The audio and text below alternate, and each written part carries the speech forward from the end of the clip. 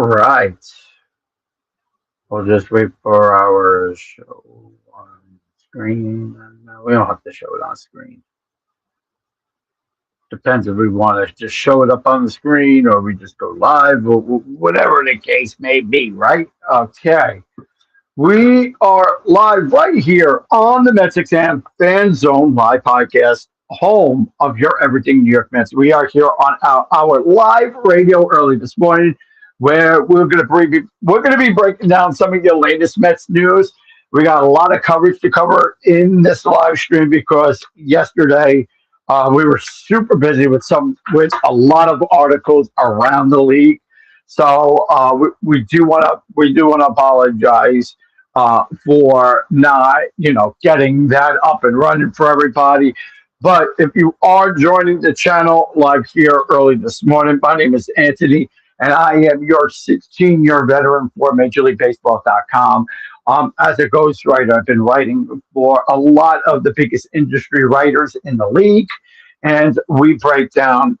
I also, write for a lot of them, for a lot of, people around the sports world also as well. But if you are chiming in, nice to have you. And we are going to be breaking down some of your New York Mets news on this live stream today. And again, if you are joining, make sure that you share, like, and subscribe because each and every day we break down all of your latest Mets news. Show on screen.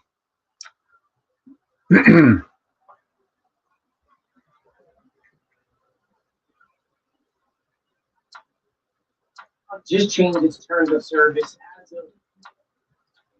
All right. So we're going to take a lot of your questions here early this morning on our live podcast show. We are live. Let's see if we could.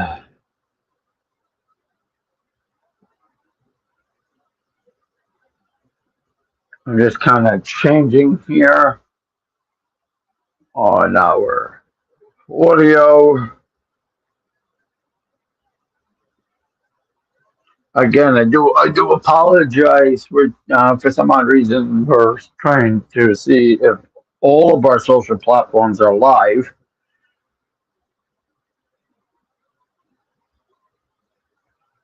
All right.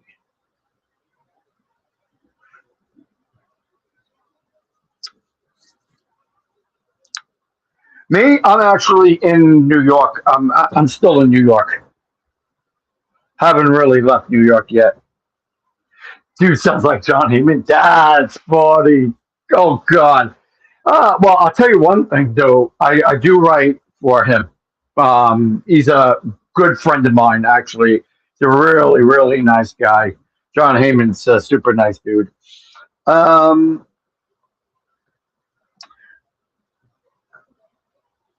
And just so everybody knows, we are live on all of the platforms early this morning. Also, if you guys don't mind, please share, like, subscribe, because each and every day I always love to give you guys some Mets news and some Mets updates.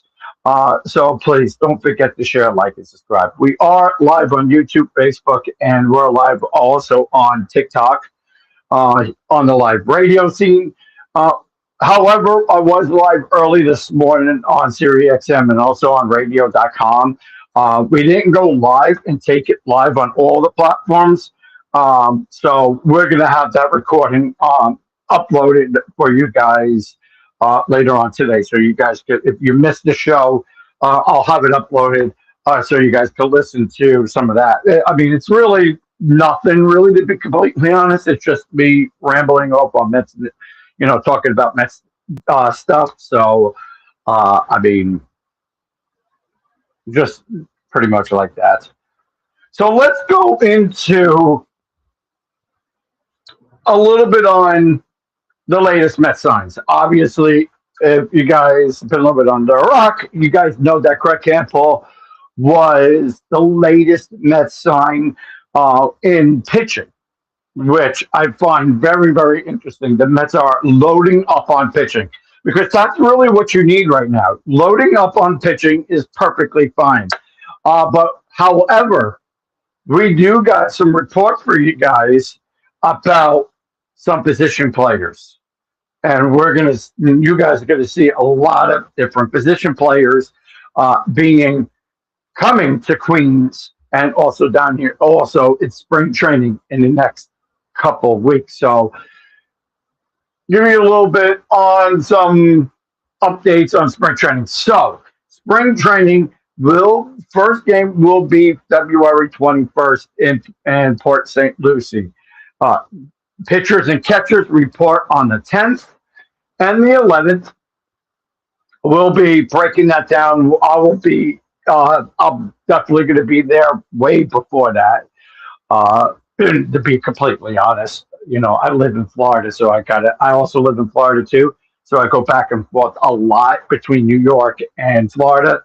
So a lot of the times when we have to go into New York for anything, a lot of the times I'm in New York because I have to go through MLB headquarters and stuff like that. But when I do so, I mean, Florida, I will be down there for the spring training this year.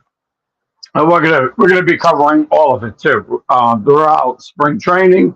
I got guys on the ground too if I'm going back and forth into New York. So let's go into the comments.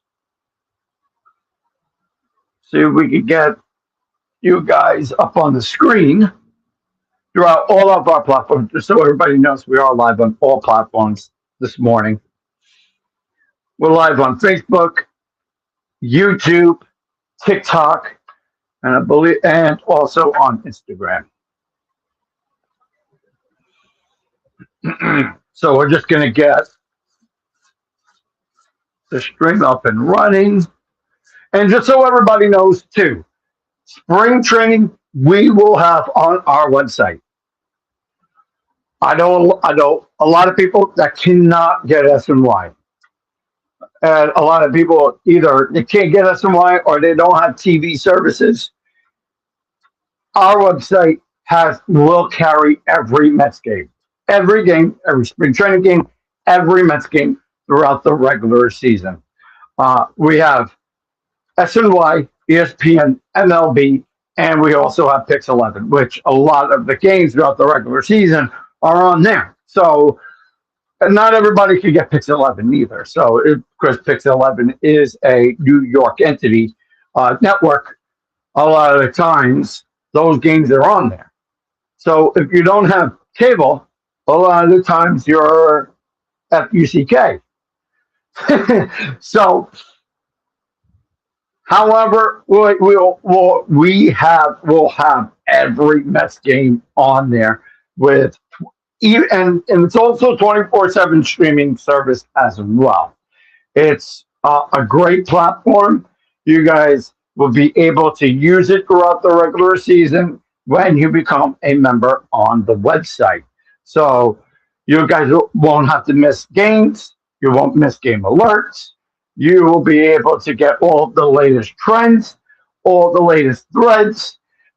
You can chat within the community like us, because if you go into the community tab, you could post. You could post your photos or videos. If you're in the stadium, you can show your support that way. So I mean, we have really great benefits of our platform. It's not the 7 line. I know everybody keeps asking, are you partnered with the 7 line? We do not partner with the 7 line. I know them. I'm friends with them, but I'm not partnered with the 7 line. So I mean, because I get so many people that say, "Are you from the 7? Are you partnered with the 7 line?" No, we don't partner with them. However, it's a bittersweet situation. Just put it that way. So all right, enough with promoting the hell out of the site. By the way, just so you guys know, it's MetsXMFanZone. You see it here up on your screen, and it's .com. It's not .org anymore. I know a lot of people were like, "Oh, what's with the doc? What's with the .org?" And a lot of people couldn't get it because it was .org, and we said, "No, we're just going to go back to .com." So you guys could go back to the .com.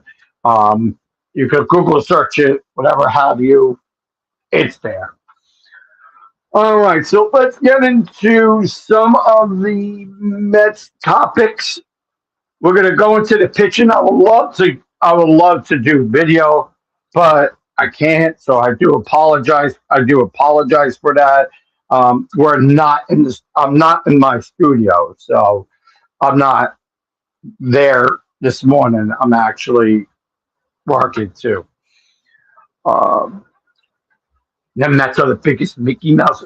Well, to be fair, I listen. The Mets are a very good. They're right now. They're good. I know that everybody's a little bit bittersweet on the organization, especially the way they've been acting as of recently. I mean, listen. I think people need to get over Pete Alonso. I'm sorry. Don't take this the wrong way. Pete Alonso was not good for the Mets any longer. Any longer. I think everybody has too much emotion with this team. We need to bring that down just a bit.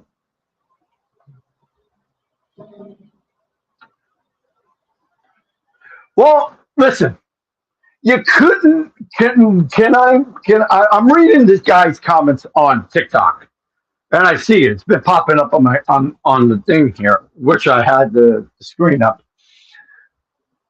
One thing is that Jeremy Hefner could not control his pitchers. The pitchers were going 4 or 5 innings. These guys weren't going longer. So I mean, okay, granted, if you want to call the manager Mickey Mouse, you're probably not even a Met fan. But I mean, the thing here is that the pitching coach couldn't get it done, couldn't go longer than 5 innings. There was no well conditioned player going much deeper into the games either, as well. Then you had hitters and Eric Chavez that were showing no signs of life. There was no charisma at all with this franchise. And players that we had in Brandon Nimmo that couldn't steal, okay, that was a on base and just stayed on first base at times. The Mets had no they had no run production, and that is true. You know, you hear it out of Stearns enough to say, "Hey, listen, there's no run production," and that's absolutely 100% correct with David Stearns and his analysis on the team. There was no urgency on the base paths. There was also with pitching, the bullpen was inconsistent all season long. Starting rotation was a disaster. We had to constantly keep bringing guys up, keep bringing guys down, and there was no development at all whatsoever on this team last year. Now that you got a good franchise team now, you got Jorge Polanco that you know that is a contact hitter. There was no contact hitting at all last year. Nobody was a contact hitter. You know what the Mets have now? Contact hitters and more consistency.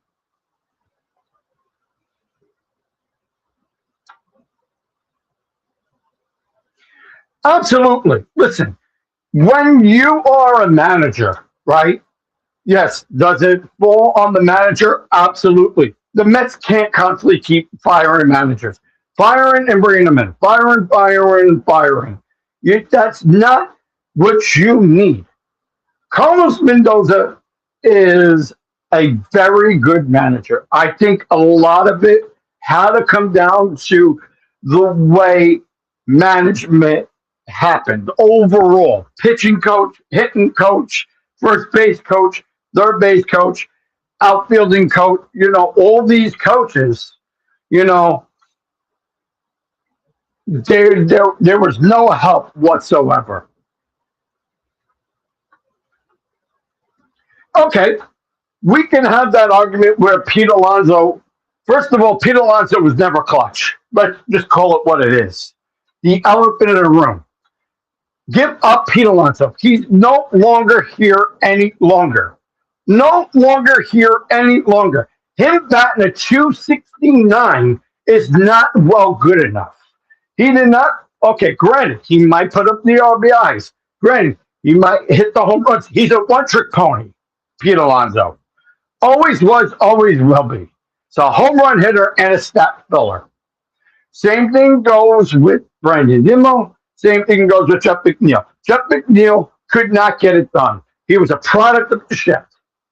Then you really want to go deep into it. Brandon Nimmo used to be a running production type of guy. Couldn't do it either.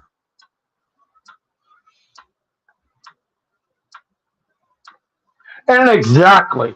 Pete Alonso was a me type of player. Inconsistent all the time when you needed him to come through. He could not come through. Now, I profiled Jorge Polanco. If you watch the show, you guys know exactly what I'm talking about here. Jorge Polanco is a contact hitter. What do the Mets lack in? Just think about it for 5 minutes. What do the Mets lack in? The Mets lack in contact hitting. What did the Mets lack in pitching last year? Was inconsistent of pitchers to go deep into games when he needed them. When you had a guy in David Peterson, a guy in Sean Manaea, doing a combination of the two, which, of course, I'll go into pitching a little bit deeper after the last segment. But, I mean, Pete Alonso and all these other guys could not get it done. Looking at the profile of Marcus Simeon and Jorge Polanco, granted, they might be a little bit older on the spectrum. But you know what you're getting out of them? You're getting consistent hitting, contact hitting. It was a smart move by David Stearns to make this solid move. Exactly. So if you're looking at the RSIP, which I could definitely tell you, Grant, a lot of the times the RISP doesn't make a big difference as much as an OPS. OPS, getting on base, getting hits, getting home runs. If you go have a really good consistency in bringing that up to well over 500, you are a solid player. Looking at Polanco batting at 340 is a consistent hitter. You didn't get that in a Jeff McNeil. Everybody, it was like, oh, he's consistent. It was never consistent. He was a product of the shift.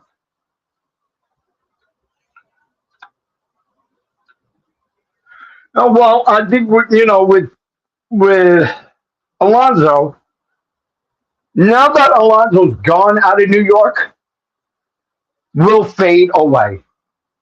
And then you'll see what he's able to do in Baltimore. And I will be watching. I will actually be going to one of the spring training games with him there. And I think that's going to be interesting because I'm actually going to go probably talk with him, which he's never actually on the field during spring training. He's actually hiding away in the batting cages all by himself. So we could go and talk about all the bad things that happened last year, but now this is 2026. We need to move on.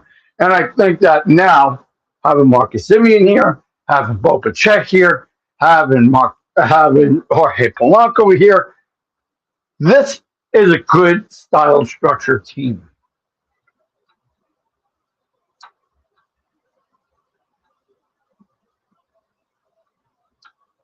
Well, I will tell you one thing about Juan Soto. Juan Soto is not all about himself. You are completely wrong because I mean Juan Soto is probably your most valuable player on this Mets franchise, and building around him with Lindor, with Bo Bichette now. These are your three core guys. These are the guys you build around this franchise with.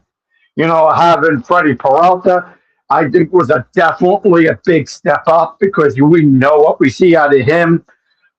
Going out with Myers, Tobias Myers, I think that was also a really good move.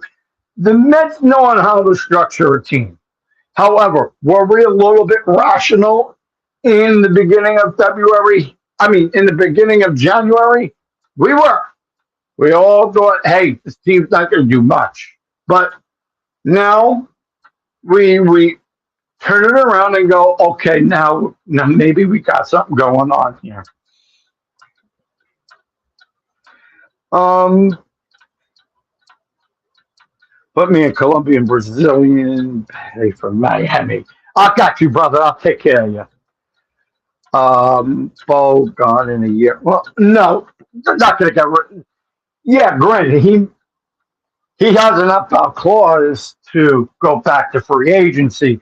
I think the Mets are definitely going to they're going to evaluate Bichette. They're going to see what his numbers look like at the end of the year, and then they'll value on if he goes to free agency or not again. I think that with Bichette, if he puts up good numbers, he's staying. He's going to ask for an extension.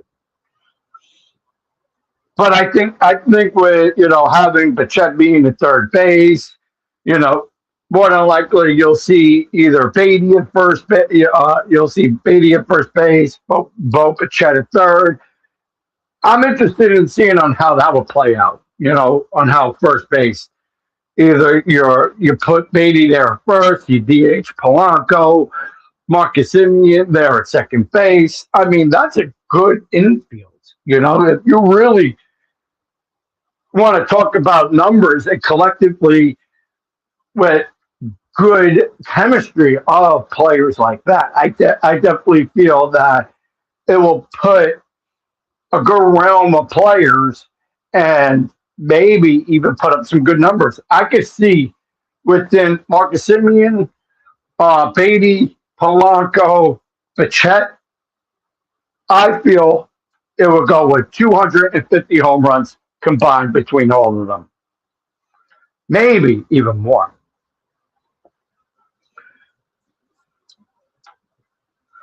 The Mets are not missing the playoffs this year.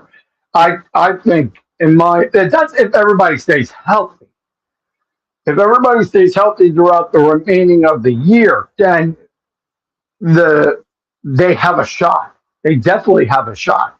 But if someone gets hurt, then they don't. Carlos is not getting fired. You can't keep firing managers. I explain this all the time. You can't constantly. Listen. I'll look at it this way: if they don't go into the playoffs and they have a bad year, then that's probably on the table, and you're more than likely going to put Carlos Beltran as your manager because they're not going out and looking for a manager. You have to go with the young studs. It's a younger game now, and going with a younger, unexperienced manager. Me personally, I would go with Gato Alfonso. I think Alfonso is well equipped to be a manager for this franchise. In my opinion, he's been coaching in the minors for quite a couple of years already. I think Gato Alfonso is definitely a really good choice. But I mean, they fire Mendoza. That's if again they don't have a good year this year. Then that's probably on the table. But I mean, overall, you're bringing new guys in here. The Mets got a new system of coaching, and they got a lot of good younger coaching, like in Kai Carrera. I think Troy Snisker. These guys are young, good, talented coaches. You look at their base coach. The Mets got a nice their base coach. They got a nice, good first base coach. They got a really good pitching coach. They got a really good system with younger core of guys that have a knack of the game.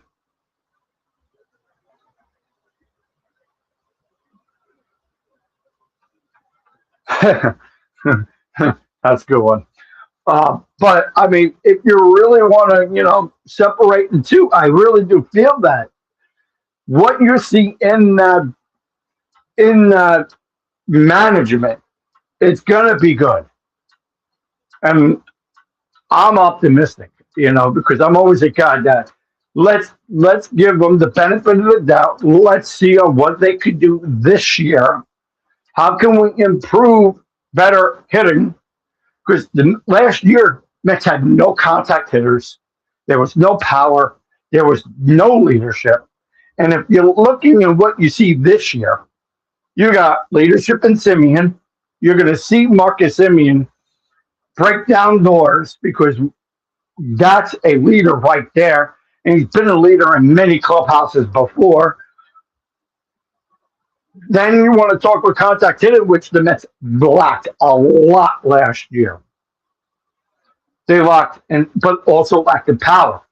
However, contact hitting is the knack of the game, more so than it is when it comes to power. Because if you're a good contact hitter, that's what win you ball games too. Pitching is also another thing, because the Mets brought in some good pitching. Tobias Myers, Craig Campbell. You got young talent now with McLean. You got Senga that I feel that I'm iffy on Senga because, listen, the hamstring's always going to be an issue. Because if you're pitching off that mound and you're putting all that pressure on your back leg, you know what's going to happen? It's going to probably happen again on Senga. Unfortunately, hopefully not, but it might happen again if, he rehabs the right way. Now, pitching is our main concern, though, for this year. More so, I feel, than it comes down to hitting. You can look at Brett Beatty. Brett Beatty's right now practicing left field. They gave him an outfielder's glove yesterday. So he might be going out there and learning the outfield. Of course, you're going to go with your younger talent. The Mets got a lot of good young talent. And I think that a lot of people look the other way on it, too. Because you got Mauricio, great talent. I definitely think he could be a non-one-dimensional player, because he has good power from the left side of the plate. Then you kind of look at Mark Vientos and you kind of want to see him have a good comeback year. Mark Vientos is a good player. He's good with the power. He has nice. I feel he needs to be readjusted there at the plate a little bit more. I think he needs to come back a little bit more into the plate. He could show a lot of really good plate appearances at the plate. And I do think that he could get more home runs in 26. And plus, there's not too much pressure on him. I thought last year there was too much pressure on him to be successful because they didn't have more than one type of guy. It was either Brett Beatty or Vientos. And they were fighting between the two. Now you got some good flexibility now. You got Bo Bichette going to play third base. You got Beatty and Vientos. You got three position players to play that position. So now I feel it takes less of a load on Vientos, and maybe he can learn to just DH at times if you need him to DH at times, or he could go to first base and play at first base. Are we still on Framber Valdez? No, absolutely. So I will tell you in reports because I have been on this on white on rice. Right now, the Mets are kind of a little cold right now on pitching. I mean, they are, but they aren't on him. But they are looking at other solutions. But Framber Valdez isn't one of them.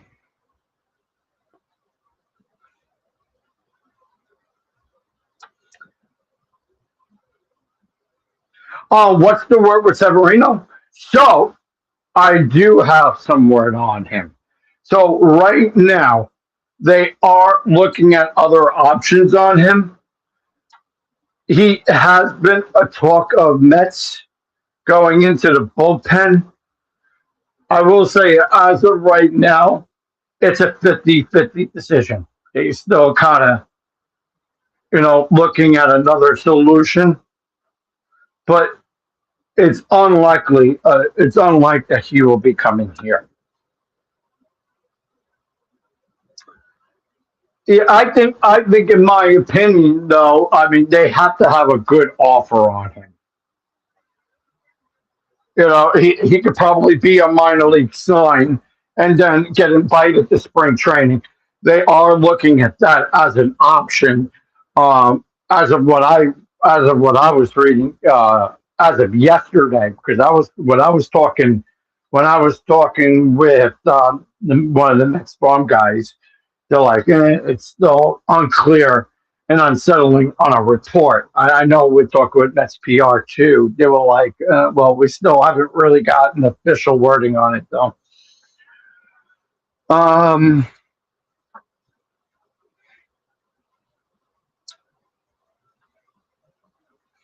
I think with the Yankees getting, we'll touch up a little bit on the Yankees because they made a move yesterday, so I kind of scratched my head a little bit on the Yankees. I don't know what the Yankees are doing. As a writer, as an MLB writer, I was kind of like, what's going on here? Why are they not making moves? Like, they're not making the big moves. That, to me, is concerning.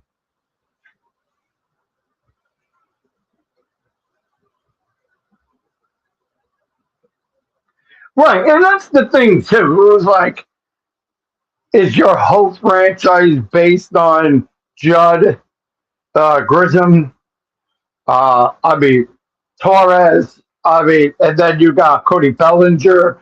I mean, don't get me wrong. I think Grissom is a really good player. I think he needs to be a little bit more mature, playing at second. And then you got Torres. I think is okay of a player that kind of matching him to be like a Derek Jeter and putting too much pressure on him. And then you have you got good outfielders, but I mean they're not Juan Soto's out there, with their bats. But I mean, I think overall with the Yankees, what the Yankees need to do is they got good pitching, but then again, it's like they don't have a great bullpen either. So they need to go out and get the right sort of players, and I feel like they're not doing that.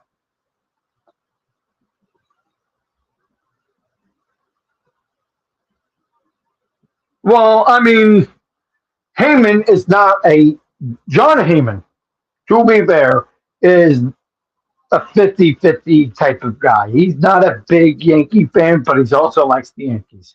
So he's a guy that likes to, you know, spread out shit. He's a prima donna. I know the guy. Know the guy well. He tries to create headlines. That's what he does. I mean,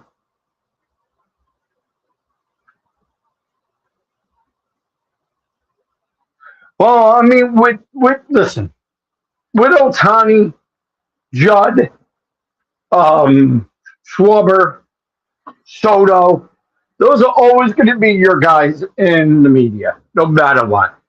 It was so funny was because too somebody actually asked me what yesterday, the day before, oh, did you hear about putting guys into the Hall of Fame and stuff like that? And I'm like, yeah. So I'm like, obviously, of course, but I've been, I'm one of the writers in the league, and they're like, so would you vote for Otani to be inducted into the Hall of Fame? And I said, absolutely not.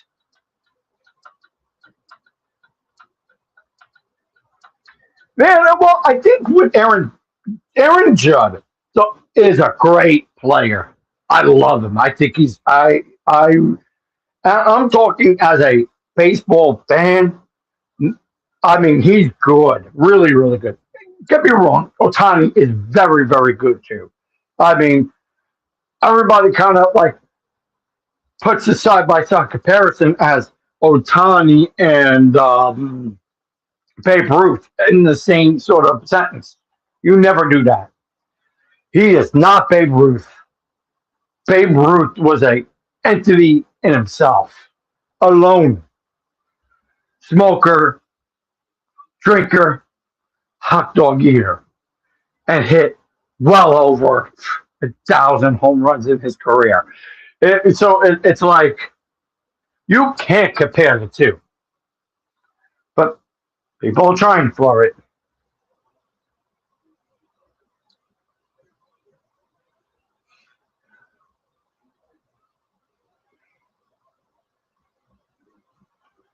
And well, Babe Ruth, did he didn't grow? I believe he did.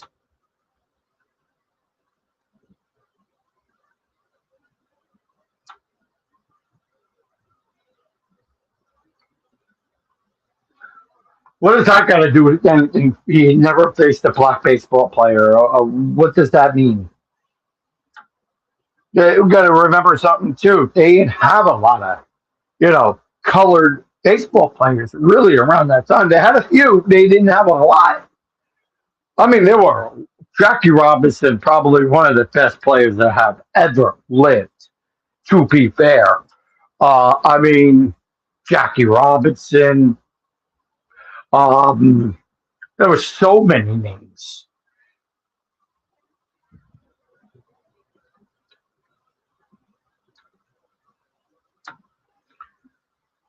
Oh, do we got like a?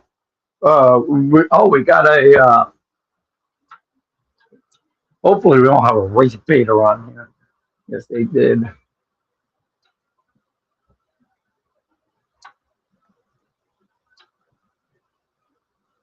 I think, which I would like to kind of go back to, kind of go back with the Mets in just a few moments. But I mean, this is the last comment I'm going to make about it. Babe Ruth was not a one-dimensional player.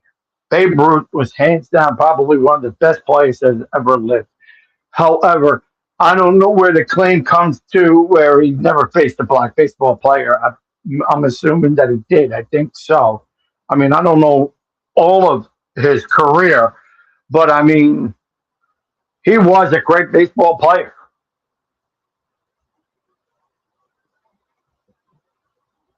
But see, the thing is that back then was a much, much different time than it is now. Now it's just a crybaby, sport now. You know, players get hurt, players don't go, deeper into games. Back then they didn't have a bullpen. They didn't even know what a bullpen was. They had guys going 9 innings.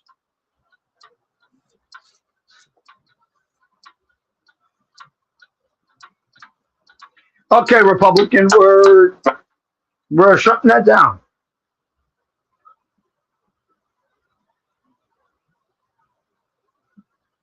What are you talking about? No videos, no tape.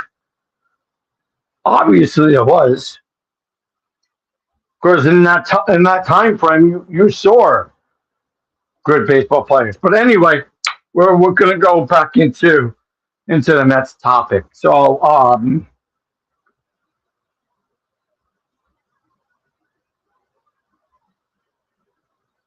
What does this got to do with anything? I mean,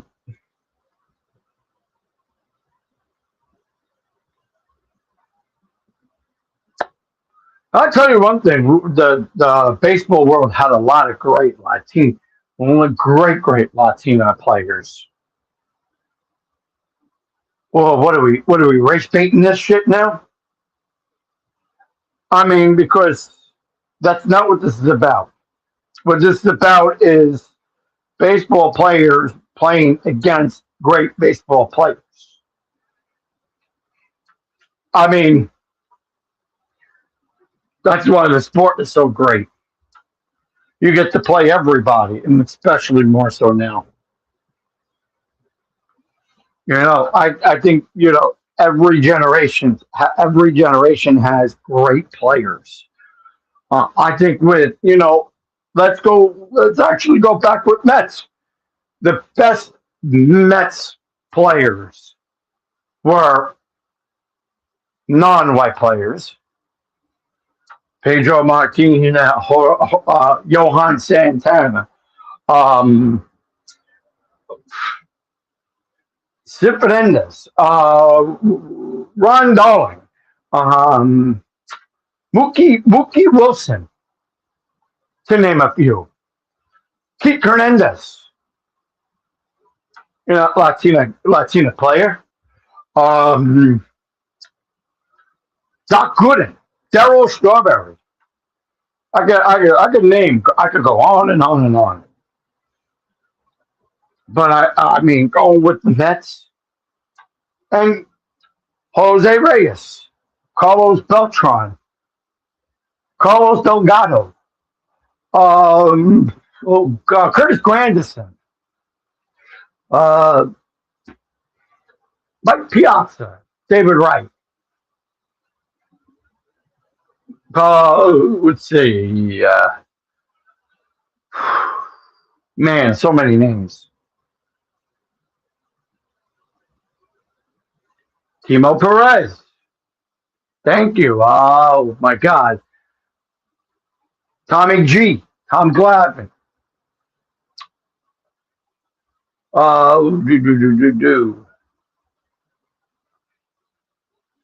A lot of. I mean, Mets had so many good ones. They had a lot of good players. But anyway, let's go into another segment talking about who is going to step up for the New York Mets in 2026. Who's going to be that guy?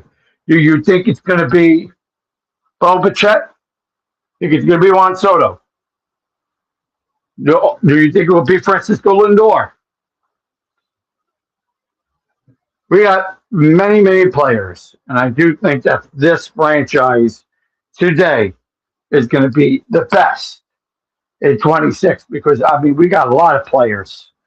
With Simeon, Polanco, I mean, so many names. I really do think that this team is going to step up in such a big way, and I would love to hear what you guys have to say. We put it in the comments.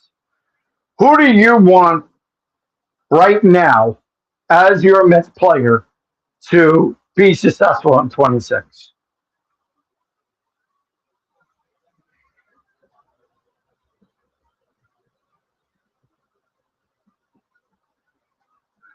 Well, Chavez is not here, but who do you guys want this year to come out on top?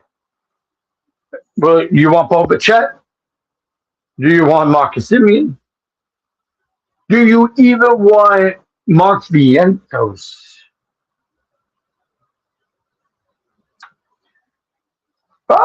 There we go, Francisco Alvarez. I think Alvarez's going to have a good year too.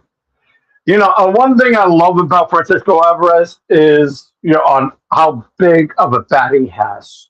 I think with Alvarez, not talked enough. I mean, he went down. He had a terrible. Well, I don't want to say terrible. I mean, it was a readjustment of his season for him. Him getting hurt so much, and then going with the arm, going with the leg, going with the back. I think Alvarez is such a good player. He gets overlooked so much, and I think in the 2026 season, I definitely feel that he will definitely come through for the Mets. How ridiculous win. I think the problem with Alvarez, of course, I don't have video. I don't have video on the stream right now. But if you watch Alvarez, right, when he's standing on the mound, he's spreading too much. He's putting too much of that foot going from left to right. He's not pointing the left foot out on the mound. So when he's at the plate, he's putting too much of the foot towards first base. He needs to come a little bit center to the pitcher. And what happened last year, which you saw too much of the strikeouts, was not going to the mound enough, and he was swinging, and then he was striking out. What he needs to do more, what he needs to do more so, because he's such a big guy up top. I mean, such a big guy up top and bottom. Just kind of put that little flick to the right side more. Kind of not like at first base, but a little bit more towards first and where the crowd is. I feel like he's got to come that way a little bit more. He's too off centered when you see him because he looks so off balance. He has to like move that leg a little bit more. And he puts too much power on his non-swing leg because your where your waist is where all your power is. It's not coming from your swing. So when you're at the plate, he's got to put a little bit more of that shimmy, kind of like shimmy like Soto does on the mound. Because when you watch Juan Soto, he kind of shimmies his hits because he's putting the level at his hip weight from all the way down to his feet. Alvarez has to do the exact same thing, and you're not seeing that. You're not seeing that enough out of Alvarez. So now, when he's not pushing off and coming off at out of the box, he's not leveled enough, and I think that was the problem. So when he came back, and he was readjusting himself at his approach. He was coming more level. He was being a little bit more level. He was coming down with his knees, enough. And then instead of being so far open with his bat, he was coming in a little bit more. So now his right elbow was coming up around at a 45-degree angle, which I think you want to be a little bit more 45, not 20, not, being tucked under. So he's having that elbow so far up, and now he was, boom, hitting it out of the park and had all that weight coming from his lower body. And you saw that. It was like, wait a minute. His approach changed. You know why his approach changed? His approach didn't change within his bat. It got changed with him being in the box. He was more up in the box, not behind the box. Because when he was behind the box, he was striking out more. And when he came back, you saw that. I was like, very interesting. Because when he was down in the minors, for those couple of weeks, it was like you saw a big difference when he came back up. Because when he was, during the beginning of the season, he wasn't leveled enough. I'm going, what is he doing? And because as a former baseball player, you kind of pick up those kind of things. So it's like, wait a minute, what is he doing? He's got to come a little bit up in the box a little bit more, kind of get his swing down just a little bit more and be a little bit level. And he wasn't. You saw that out of him. He wasn't leveled enough. And that's what was throwing him off as a hitter. So he was coming too far out of the strike zone and swinging. And that's when he was striking out more. Same problem with Lindor. So let's talk about Lindor. Let's look at Lindor's approach. I know, sorry, I don't have video to show you, but same problem with Lindor. Has the exact same issue. He swings out and he's trying to stretch outside the strike zone.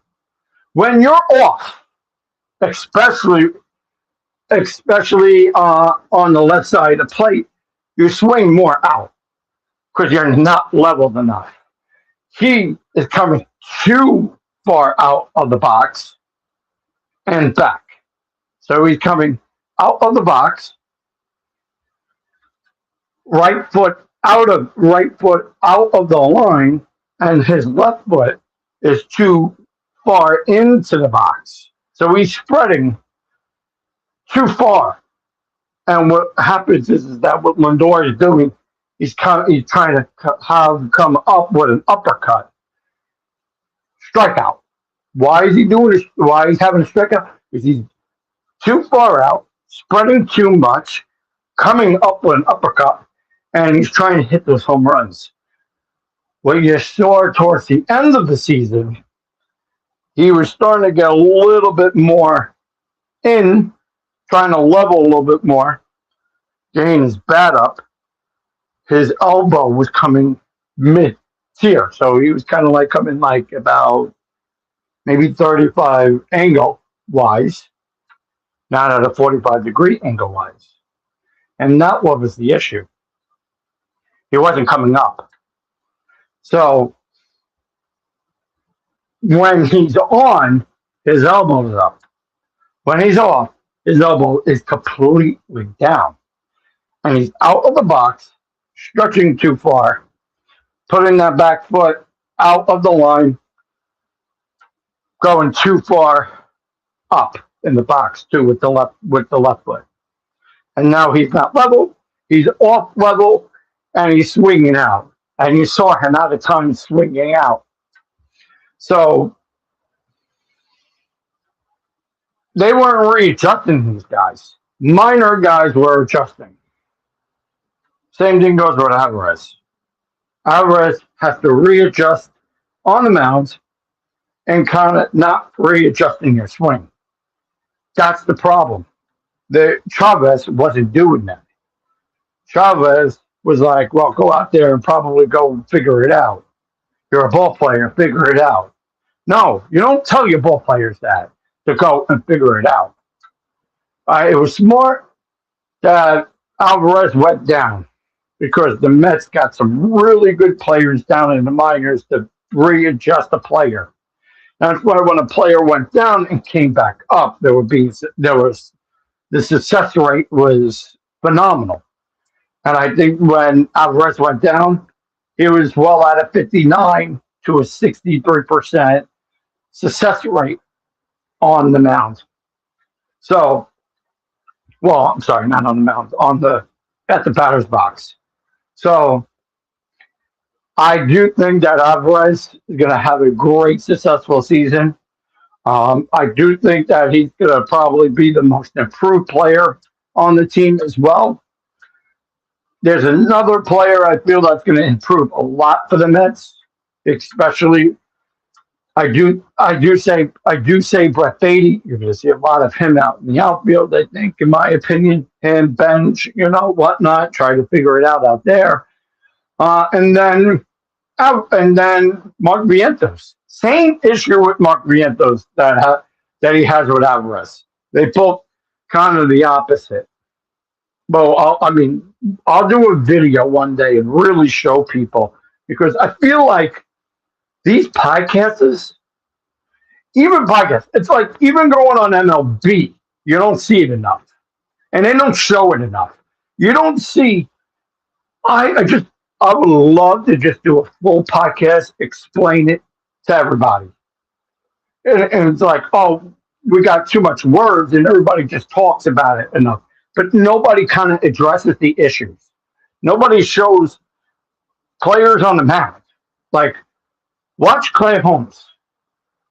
You know why Clay Holmes was successful last year? Because he changed the way he positioned on the mound. One thing that you want to talk about a master class of a pitcher? He's the master class of a pitcher.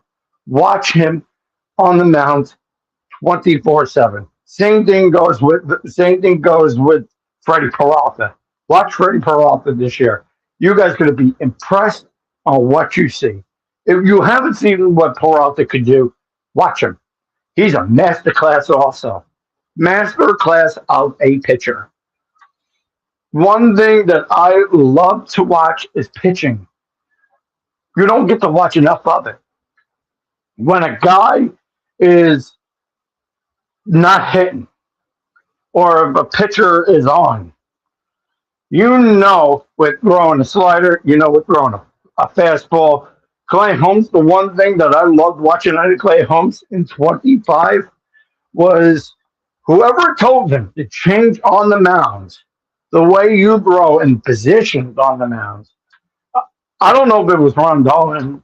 From what I heard, it was kind of, talked to him a little bit. But when he positioned and changed with his slider, he moved over its head. When he was throwing a fastball, he kind of, backed up a little bit on the rubber. When he was throwing the curveball off-speed pitch, he was getting a little bit more center. That is probably the most impressive thing I've ever seen next to Nolan McLean. And watching Nolan McLean's spin rate is ridiculous. I mean, that kid going from what I like is going from a fastball at 145 on the spectrum at the strike zone. I don't know if anybody knows what I'm talking about in regards to 145. What I mean by 145 is where the hot zone is on the target at the plate. Who you're throwing it to? If you're throwing it to a lefty, if you're throwing it to a righty, a lot of times if you're throwing it to a lefty, it's at 145, 130 in that range. If you're on a lefty side, it's 110, about 108, 109. Or if you're going dead center, 250. The problem here is that, well, I would say less of a problem here with Clay Holmes is that his target was phenomenal. Better target than I feel in recent years. Same thing kind of goes with Nolan McLean. Nolan McLean, spin rate going from a 45-degree angle to a 160, landing every target. Mind you, if you watch Nolan McLean, if he's throwing a slider, you know exactly where that slider's going. Exactly where that slider's going. And I went, holy shit, this kid got it, is got it. And if you're throwing outside the strike zone, especially if you're throwing out there, you got to manipulate that ball right. If you're going to dig into the baseball, you're digging into that baseball. And not only that, you're digging in and that ball gets swept. Whoop. I'm like, wow.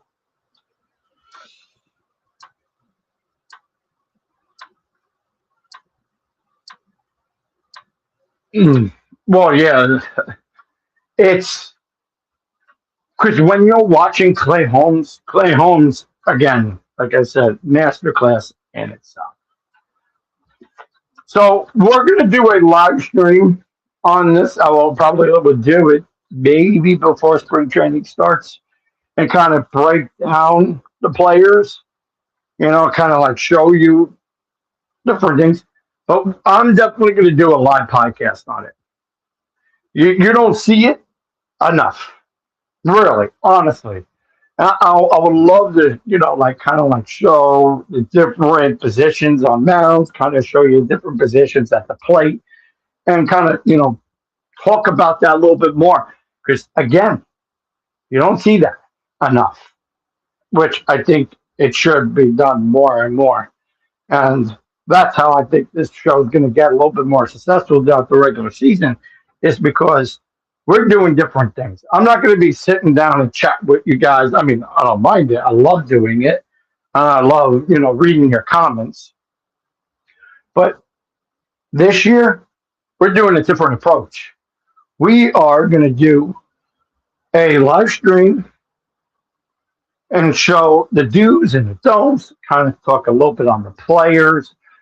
Throughout the regular season, we're going to go through the lineup cards, give you guys a little bit of some tips and tricks on how to bet throughout the regular season, because I made a lot of people a lot of money last year. Believe it or not, I was actually pretty surprised. I don't get a dime out of it either. I know there are people out there that, like to bet on sports and whatnot. I try not to promote it as much, but I mean, I do, and kind of give you guys a little bit of, of my projections and my tips and stuff like that on, what to look out for and what to watch for throughout the regular season. I do Mets, but I'll also do the other teams as well. I know a lot of you guys hated when I did the other teams, but I'm going to do more so of the Mets this year. And I think a lot of you guys would probably enjoy enough of that content. But we are going to end our live stream. I want to thank all of you guys for putting your questions down and chat with me early this morning. It was awesome. I enjoyed it. Kind of gave you a little bit of my take on pitchers and watching pitchers and what to look out for. Talk a little bit on some of the reporting as well. I know a lot of you guys have been asking, what's been going on the Mets right now. The Mets going to, do make other moves. I mean, I will tell you by far, as of right now, that the Mets are still looking at some players. The reports we'll keep updating you guys on a lot of the reports around the New York Mets right now. But I mean, I will say, as of right now, it is getting a little quiet for the Mets. The Mets are not doing too much right now.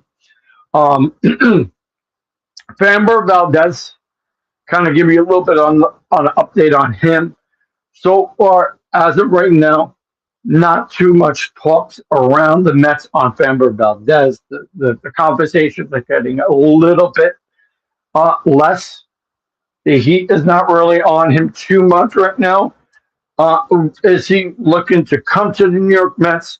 I mean, we don't know right now. There's still an unclaimed reporting on him to come to us. The Mets, David Stearns did have an offer being put on the table, and then that was kind of, walked away from the table on negotiations. So as of right now, I will tell you guys that bringing Framber Valdez in here is more than likely on a no. But on pitching overall is getting less and less and less. But you'll see like small players, you'll see like small transactions come in from now to spring training. Nothing probably super big at this point, but we'll keep the reporting and we'll keep posting and we'll keep going live on this as spring training gets developed and when spring training starts to go. Also, if you guys want to see spring training this year, we're going to have full access on our website. It is free for everybody. Just so everybody knows, when you sign up to our website at MetsXMFanZone, links are in links are in our show notes and also in our comment section. We give everybody 30 days of full free spring training access to Met games. Also on our website for the regular season, we give you ESPN, we give you MLB, we give you Pix 11 and SNY throughout the remaining of the season. It is a 24/7 live streaming platform. Uh, you guys could check out that. It is on our website, and it gives you kind of like that alternative to Mets. You don't have to go searching for the games. There's no advertisements, no TV providers, no pop-ups. Uh, we're like a much improved to all of the free platforms that are out there. Uh, we give you guys literally like four live streaming services in one, and it's one of regular season. It is $12.99 monthly. To all the great benefits of the platform, so you guys can go and check that out after the live stream or throughout the regular season. I want to thank you guys for listening here this morning. Thank you for chatting with me. It was great to have you guys. And we will be back with another edition tomorrow, right here on the Mets XM Fan Zone Live Radio. We'll see you guys soon.